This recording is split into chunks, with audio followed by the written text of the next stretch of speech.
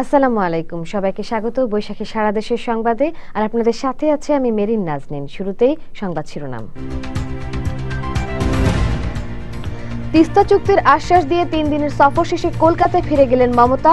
স্থল সীমান্ত চুক্তি শিগগিরই অনুমোদন। ময়মনসিংহে ককটেল হামলার সময় পুলিশের গুলিতে আহত এক, দিনাজপুরে ট্রাকে পেট্রোল বোমা, জনতার হাতে শিবির কর্মী আটক।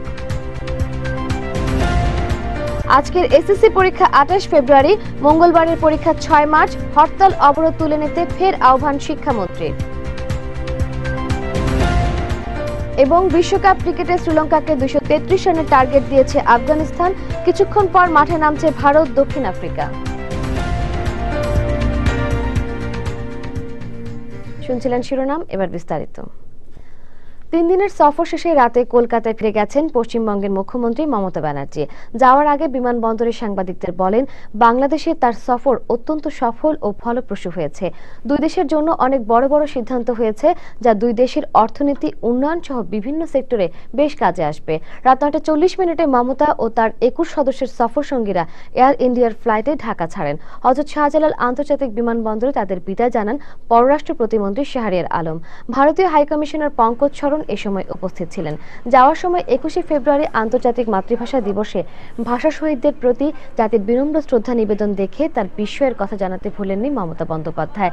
তিস্তা চুক্তির ব্যাপারে ইতিবাচক ভূমিকা রাখার আশ্বাস দেন মমতা।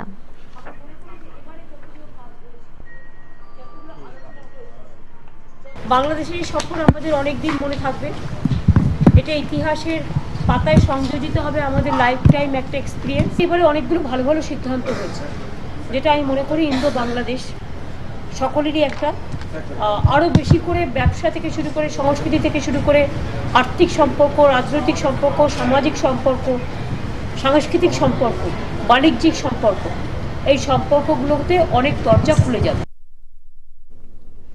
বিএনপি জোটের আরেক দফা হরতালের আগের রাতে রাজধানীতে পেট্রোল বোমায় দগ্ধ হয়েছেন ২ জন। মগবাজারের মধুবাগ পুলিশ ফাঁড়ির সামনে পথচারীদের ওপর পেট্রোল বোমা নিক্ষেপ করে দুর্বৃত্তরা। এতে পলাশ ও নূর মোহাম্মদ নামে ২ জন দগ্ধ হন। তাদের ঢাকা মেডিকেল কলেজ হাসপাতালের বার্ন ইউনিটে ভর্তি করা হয়েছে। এদিকে ময়মনসিংহে বিরোধী দলীয় নেতা রওশন এরশাদের বাড়ি লক্ষ্য করে ককটেল হামলা চালিয়েছে দুর্বৃত্তরা। এ সময় পুলিশের গুলিতে নুরুজ্জামান নামে স্বেচ্ছাসেবক দলের এক নেতা আহত হয়েছেন। গাজীপুরের সাইনবোর্ড এলাকায় যাত্রীবাহী বাসে পেট্রোল বোমায় দগ্ধ হয়েছেন আরো ২ জন। তাদের মধ্যে বাবুল নামে একজনকে ঢাকা মেডিকেল কলেজে ভর্তি করা হয়েছে। জয়পুরহাটে ২টি ট্রাক ভাঙচুর ও একটি ট্রাকে আগুন দিয়েছে দুর্বৃত্তরা। দিনাজপুর শহরে ট্রাকে পেট্রোল বোমা নিক্ষেপের সময় এক শিবির কর্মীকে আটক করে পুলিশে দিয়েছে জনতা। অবরোধের মধ্যে বিএনপি জোট নতুন করে হরতাল ডাকায় এসএসসি ও সমমাজকের ও মঙ্গলবারের নির্ধারিত পরীক্ষা পিছিয়ে দেওয়া হয়েছে। শিক্ষামন্ত্রী নুরুল ইসলাম নাহিদ গতকাল সংবাদ সম্মেলনে জানান, আজকের পরীক্ষা শনিবার সকাল ১০টায় হবে, আর ২৪ ফেব্রুয়ারির পরীক্ষা অনুষ্ঠিত হবে ৬ মার্চ শুক্রবার সকাল ৯টা থেকে। এই সময় হরতাল অবরোধ প্রত্যাহার করে নিতে আবারও বিএনপি জোটের প্রতি আহ্বান জানান শিক্ষামন্ত্রী। সার্বিকভাবে আমি আগেই বলেছি যে আমাদের ৫ কোটি শিক্ষার্থী এই ধরনের একটা অমানবিক, পৈশাচিক, জাতিবিরোধী, নতুন প্রজন্ম বিরোধী, ভবিষ্যৎ জাতির স্বার্থ বিরোধী এই যে কর্মকাণ্ড, এগুলো আমাদেরকে এই বাধার সৃষ্টি করতেছে। তারপরেও আমরা আমাদের ছেলে মেয়েদের নিরাপত্তার কথা বিবেচনা করে আমরা হরতালের দিন পরীক্ষা না দিয়ে পরিবর্তন করে দিচ্ছি। পর্যটক শূন্য সুন্দরবন। লাগাতার হরতাল অবরোধে স্থবির হয়ে পড়েছে সাতক্ষীরা সুন্দরবন কেন্দ্রিক পর্যটন শিল্প। ২ মাসে কোনো পর্যটক না যাওয়ায় মারাত্মক ক্ষতির মুখে পড়েছেন এই শিল্পের সাথে সংশ্লিষ্টরা। সাতক্ষীরা প্রতিনিধি শামীম পারভেজের রিপোর্ট জানাচ্ছেন মাহবুদ আজমি। প্রকৃতির এক অনবদ্য সৃষ্টি সুন্দরবন। বছর জুড়েই বনের নানা অংশে ঘুরতে যান হাজারো দর্শনার্থী, আর এই পর্যটকদের ঘিরে গড়ে উঠেছে নানা ব্যবসা। সুন্দরবনের সাতক্ষীরা অংশের দোবেকি, কলাগাছি, মান্দারবাড়িয়া এলাকা পর্যটকদের আগমনে থাকে মুখর, কিন্তু এ বছর একেবারেই বিপরীত দৃশ্য। বছরের শুরু থেকে বিএনপি জোটের হরতাল আর অবরোধের কারণে এসব অঞ্চল পর্যটক শূন্য, ফলে বন্ধ হয়ে গেছে ছোট ছোট ব্যবসা।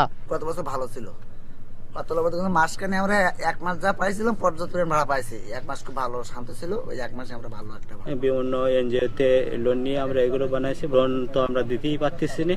ব্যবসায়ীরা বলছেন এই অঞ্চলে পর্যটক কেন্দ্রিক হাজারো মানুষ এখন বেকার।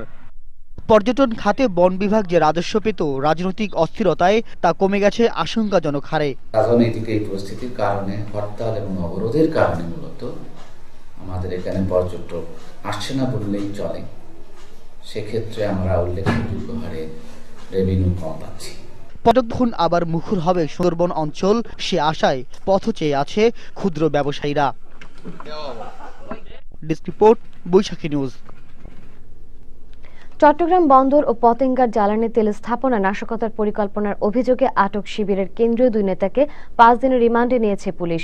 সন্ধ্যায় তাদের মহানগর হাকিম সৈয়দ মাশরিফিকুল হাকিমের আদালতে হাজির করে 10 দিনের রিমান্ডের আবেদন জানালে আদালত 5 দিনের রিমান্ড মঞ্জুর করে। এদিকে একই আদালতে আরেক শিবির ক্যাডার মুশফিক আবরার আদালতে 164 ধারা স্বীকারোক্তিমূলক জবানবন্দি দিয়েছেন।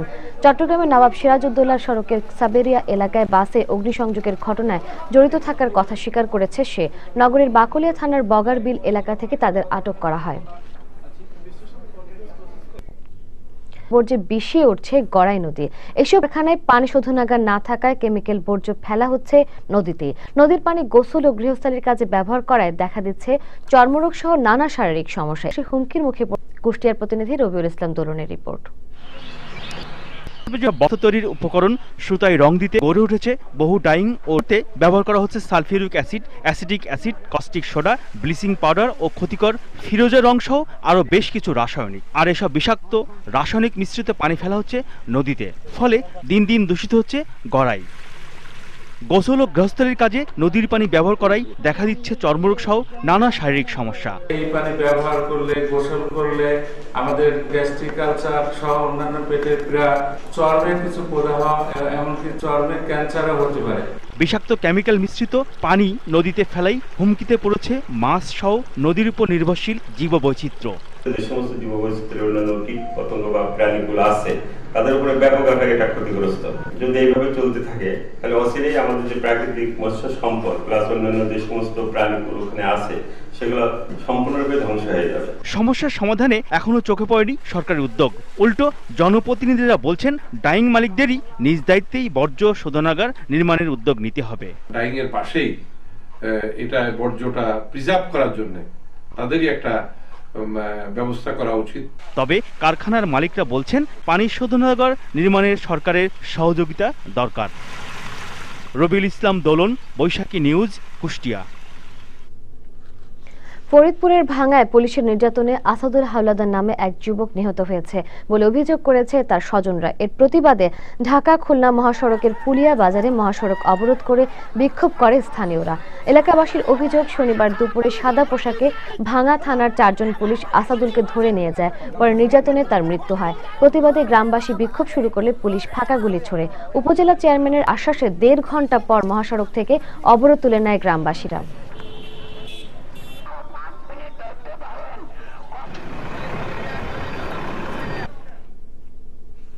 কিশোরগঞ্জের ইটনায় ধনু নদীতে একটি যাত্রীবাহী ইঞ্জিন চালিত ট্রলার ডুবে এক শিশু মারা গেছেন।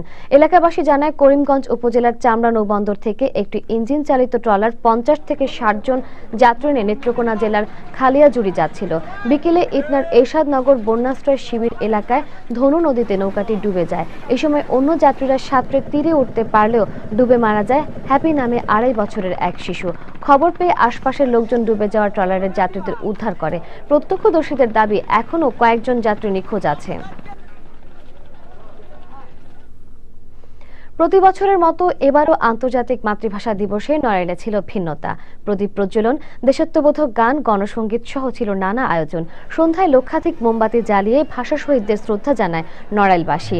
শপথ গ্রহণ ও মোমবাতি প্রজ্বলন ও আলপনায় গ্রাম বাংলার নানা ঐতিহ্য তুলে ধরা হয় উৎসবে। এসব উপভোগ করতে আশপাশের জেলাগুলো থেকেও দর্শনার্থীরা আসেন নড়াইলে। অন্ধকার থেকে মুক্ত করুক 21-এর আলো, এই স্লোগানে 1996 সাল থেকে নড়াইল কুড়িডোব মাঠে 21 উদযাপন পর্ষদ এই অনুষ্ঠানের আয়োজন করে আসছে। আন্তর্জাতিক মাতৃভাষা দিবসে 2 বাংলার মিলন মেলায় পরিণত হয় যশোরের বেনাপোল সীমান্ত। ভৌগোলিক সীমারেখা ভুলে ভাষার টানে সব বয়সের নারী পুরুষ দলে দলে যোগ দেয় ভাষা শহীদদের স্মরণ অনুষ্ঠানে। 2 বাংলার যৌথ উদ্যোগে বেনাপোলের নোম্যান্স ল্যান্ডে আয়োজন করা হয় এই অনুষ্ঠানের। যশোর প্রতিনিধি সাকিরুল কবির রিটনের রিপোর্ট জানাচ্ছেন পিন্টু হাজং। সকাল থেকে দুই বাংলার মানুষের পদভারে মুখরিত হয় যশোরের বেনাপোল নোম্যান্স ল্যান্ড এলাকা। নানা রঙের ফেস্টুন, ব্যানার, প্লাকার্ড আর ফুল নিয়ে উপস্থিত হয় দুই বাংলার ভাষাপ্রেমীরা। ফুল দিয়ে শ্রদ্ধা জানান অস্থায়ী শহীদ বেদিতে। ফুলের মালা, দুই দেশের জাতীয় পতাকা বিনিময় করেন অনেকেই।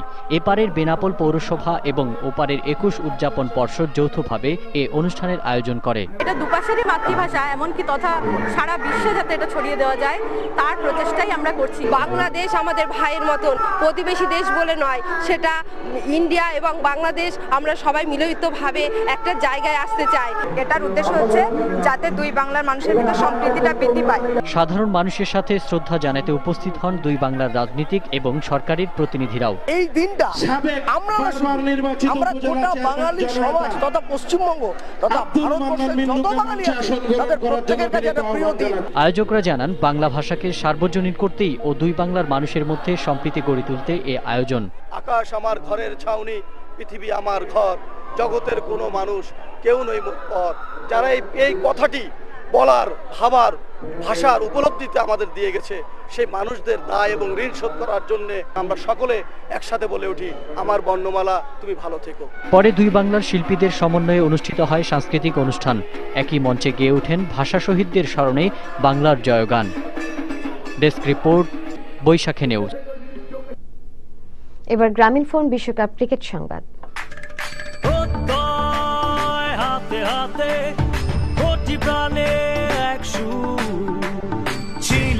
থাকবো সাথে, চলো যাইবো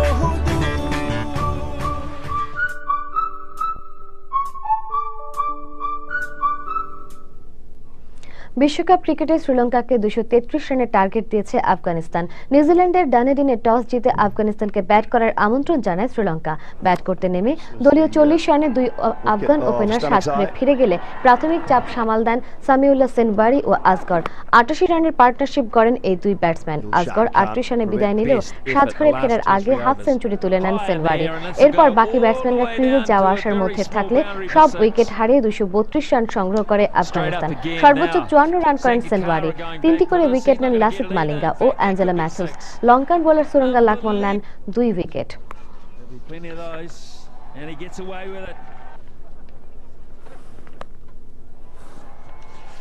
This time should be taken as taken. Lakmal has a good. Oh, this has gone high as well. Jiva Mendes coming in, takes a good running catch.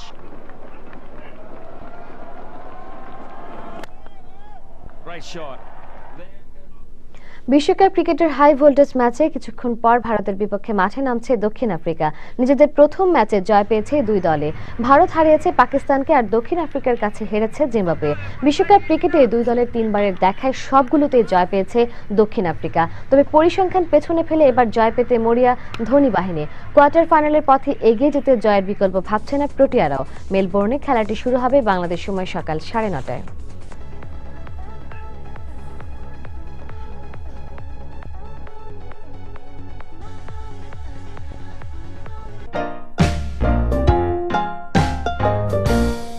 গ্রামীণ ফোনে স্পোর্টস নিউজ এখন মাত্র 1 টাকা। Simply dial *321#। গ্রামীণ phone. সারা দেশের সংবাদের একেবারে শেষ প্রান্তে আমরা শিরোনাম জানার একবার। তিস্তা চুক্তির আশ্বাস দিয়ে 3 দিনের সফর শেষে কলকাতায় ফিরে গেলেন মমতা। স্থল সীমান্ত চুক্তি শিগগিরই অনুমোদন।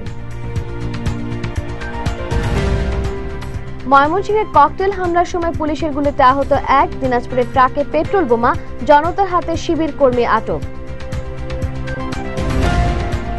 আজকের এসএসসি পরীক্ষা 28 ফেব্রুয়ারি, মঙ্গলবার পরীক্ষা 6 মার্চ। হরতাল অবরোধ তুলে নিতে ফের আহ্বান শিক্ষামন্ত্রীর। এবং বিশ্বকাপ ক্রিকেটে শ্রীলঙ্কাকে 233 রানের টার্গেট দিয়েছে আফগানিস্তান। কিছুক্ষণ পর মাঠে নামছে ভারত দক্ষিণ আফ্রিকা। বৈশাখী সারা দেশের সংবাদ এ পর্যন্ত। পরের সংবাদ সকাল 9টায় ইংরেজিতে দেখার আমন্ত্রণ রইল। বৈশাখীর সাথেই থাকুন। ধন্যবাদ সবাইকে।